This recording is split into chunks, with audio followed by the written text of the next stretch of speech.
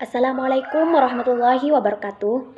Jadi di sini saya akan menjelaskan tentang hakikat manusia dalam bingkai Islam. Sebelum itu kita harus mengetahui definisi dari manusia itu sendiri, asal-usul manusia, potensi-potensi dan juga kekurangan yang dimiliki oleh manusia.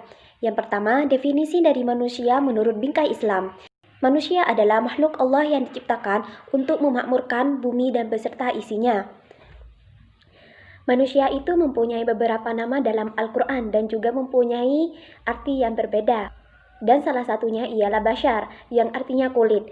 Banyak ilmuwan yang mengatakan, kenapa nama di sana Bashar, yang artinya kulit? Karena manusia itu dominan dengan kulitnya daripada bulunya, yang tidak seperti hewan yang lebih dominan bulunya daripada kulitnya. Asal-usul manusia. Banyak teori-teori yang mengatakan bahwa manusia itu asalnya dari kera, tapi teori itu sudah dipatahkan oleh Profesor Adnan Oktar. Apabila kita melihat dari proses penciptaan Nabi Adam sebagai manusia pertama, yaitu diciptakan dari tanah.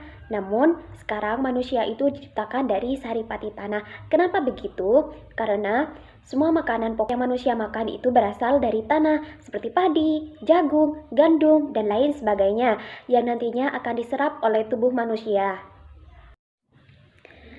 Dan yang selanjutnya adalah potensi-potensi yang dimiliki oleh manusia. Jadi, sebelum itu kita harus mengetahui apa potensi itu sendiri.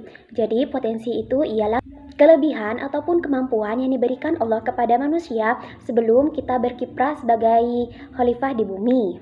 Jadi, kelebihan-kelebihan itu ada 3. Yang pertama, akal. Yang kedua, nafsu. Dan yang ketiga, kebebasan. Jadi yang pertama akal. Akal ini terdiri dari rasa, cipta, dan karya.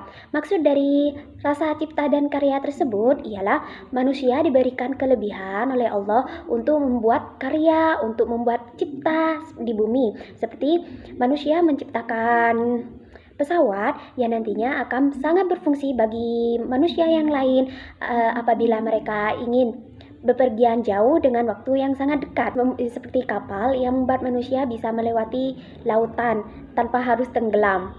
Dan contoh lain adalah mobil, sepeda, beca, dan lain sebagainya. Dan yang kedua di sini ialah nafsu. Maksud dari nafsu tersebut ialah Allah memberikan nafsu kepada kita agar kita menggunakannya dalam hal kebaikan, agar manusia itu beranak pinak yang nantinya akan menjadi khalifah di bumi, menjadi penerus dan menjadi panutan bagi manusia yang lain. Dan hakikatnya manusia itu merupakan makhluk sosial yang tidak bisa hidup sendirian. Dan yang selanjutnya ialah kebebasan. Maksud dari kebebasan di sini ialah Allah memberikan manusia kebebasan untuk menjalankan hidup di bumi. Seperti kita menjalankan hidup di bumi ini dengan menggunakan tata cara ataupun aturan-aturan ataupun larangan-larangan yang telah Allah berikan yang telah Allah jelaskan dalam Al-Quran dan hadis. Dan yang pada akhirnya kita akan kembali lagi kepada jalan yang benar dan akan mendapat surganya. Namun, manusia juga bisa mengikuti jalannya sendiri tanpa harus mengikuti aturan-aturan ataupun larangan yang telah Allah tetapkan. Namun, pada akhirnya manusia itu akan terjerumus kepada hal-hal yang salah dan nerakalah tempat akhirnya, bukan surga. Karena pada hakikatnya manusia itu hanya sementara di dunia ini dan kita tidak kekal. Jadi maksud dari kebebasan sendiri di sini ialah manusia itu bisa memilih jalannya sendiri, yang tidak seperti malaikat, di mana malaikat diciptakan hanya untuk melakukan satu hal saja. Seperti malaikat itu diciptakan untuk bertasbih kepada Allah, maka dalam hidupnya malaikat itu hanya bertasbih saja. Kalau manusia, kita bisa berkarya, kita bisa melakukan hal lain. Dan yang selanjutnya ialah kelemahan-kelemahan yang dimiliki oleh manusia. Jadi, dengan potensi-potensi tersebut juga ada kelemahan-kelemahan yang dimiliki oleh manusia. Yang pertama, manusia itu suka mengeluh, di mana manusia selalu mengeluh dengan apa yang dia punya. Seperti dia mengeluh dengan tugas yang banyak, dia mengeluh tentang pekerjaannya, dia mengeluh tentang banyak hal. Yang kedua ialah Manusia itu mempunyai sifat tamak.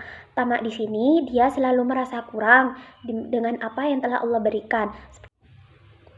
Dan kekurangan dari manusia yang lainnya ialah sombong dan juga kurang bersyukur. Dan yang terakhir ialah sifat-sifat manusia. Jadi, manusia ini mempunyai dua sifat. Yang pertama, sifat negatif. Sifat negatif ini menjadi kelemahan-kelemahan manusia tadi. Dan yang kedua adalah sifat positif yang menjadi potensi-potensi yang telah dia miliki. Mungkin hanya itu saja yang bisa saya sampaikan. Kurang lebihnya mohon maaf. Dan untuk yang terakhir, saya ucapkan terima kasih kepada dosen saya, Ustadz Idris Mahmudi, yang telah memberikan saya banyak pengetahuan tentang Islam. Assalamualaikum warahmatullahi wabarakatuh.